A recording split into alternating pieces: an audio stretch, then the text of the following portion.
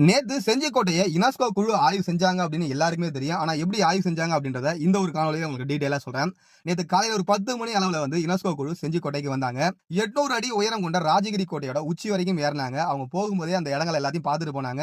செஞ்சிக்கோட்டையோட கட்டுமானம் எப்படி இருக்கு, செஞ்சிக்கோட்டையோட அமைப்பு எப்படி இருக்கு அப்படின்றது எல்லாத்தையும் விரிவா வந்து இங்க இருக்கவங்க கிட்ட கேட்டு தெரிஞ்சுக்கிட்டாங்க. முழு அமைப்பையும் விரிவா பார்த்தாங்க. செல்ல முடியாத இடங்கள்ல பைனாகுலர் வழியா பார்த்தாங்க. செஞ்சிக்கோட்டையை யுனெஸ்கோ குழு ஆய்வு செய்யும் போதும் சரி, மலை ஏறும் போதும் சரி, யாருக்குமே அனுமதி தரல. அபிஷியல்ஸ் மட்டும் தான் இருந்தாங்க. அதுக்கடுத்து ஒரு 3 மணி அளவுல வந்து ஒரு பொதுமக்கள் கிட்ட கருத்து கேட்பு கூட்டம் நடைபெற்றது. இந்த கூட்டத்துல செஞ்சிக்கோட்டையை பத்தின ஒரு ட்ரோன் காணொலியை நம்ம பதிவு செஞ்சிருந்தோம். அது மட்டும் இல்லாம 4 நாட்கள் மாவட்ட நிர்வாகம் சார்பா நடைபெற்ற அந்த மரபு நடை நிகழ்வு எல்லாத்தையுமே வந்து காணொலியா காண்பிக்கப்பட்டது. அது மட்டும் இல்லாம அந்த கருத்து கேட்பு கூட்டத்துல சோசியல் மீடியா இன்ஃபுளுசர் அப்படின்ற ஒரு கேட்டகரியில எங்களுக்கும் பேசுறதுக்கு வாய்ப்பு கிடைச்சது. நாங்க செஞ்சிக்கோட்டைக்கு யுனெஸ்கோ அங்கீகாரம் கிடைச்சாக்கா செஞ்சிக்கோட்டையை சுத்தி நிறைய படித்த இளைஞர்கள் இருக்காங்க.